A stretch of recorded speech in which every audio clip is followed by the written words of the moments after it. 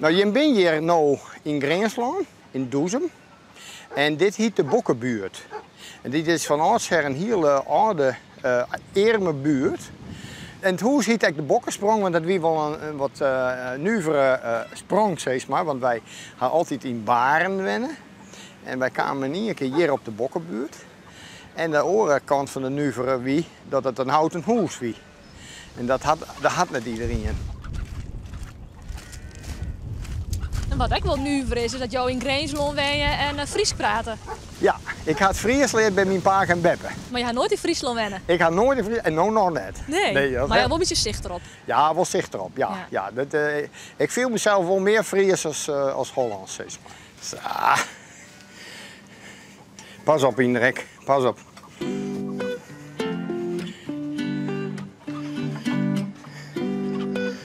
Een beetje skin.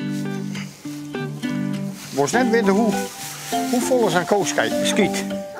Ongelooflijk. Nou, dit is Herma. En Herma is een Fries gereedbonte kool. En ja, die zijn heel zeldzaam. Dit is echt een Friese kool. Je moet rekenen dat een 120 jaar lang in Friesland eigenlijk een heel product van deze kolen. Wie het eigenlijk volle meer reed dan zwart-wit. En hoe kom je aan deze kool? Ik ga hem krijgen. Oh. Ja, als keeltje. Ik ga een actie houden voor een boer uit Haren.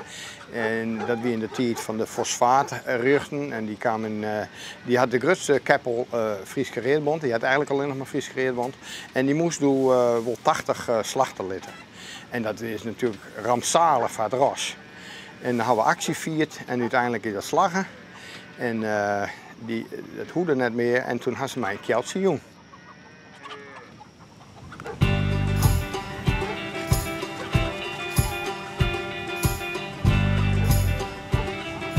Je gaat meer bezig hier om Spaan? Ja, we hadden hier Drentse heidenskip. Dat is echt een oud ras. En we hadden dus een bok van Nederlandse landgeit. Echt een oud ras. En wij Twentse landgozen. Enige gedomesticeerde gos. En we hebben Groninger meeuwen, dat zijn pieken.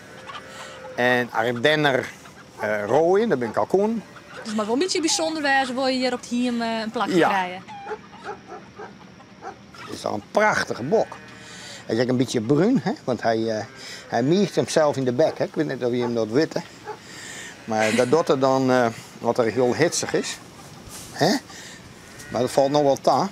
Dan miert hij hem zelfs in de bek? Ja, oh? Ja, dan miert hij hemzelf in de bek. En dan wordt er ook een beetje bruin.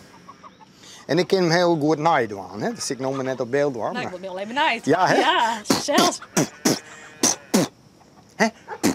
Dat er dan. Yes, ja.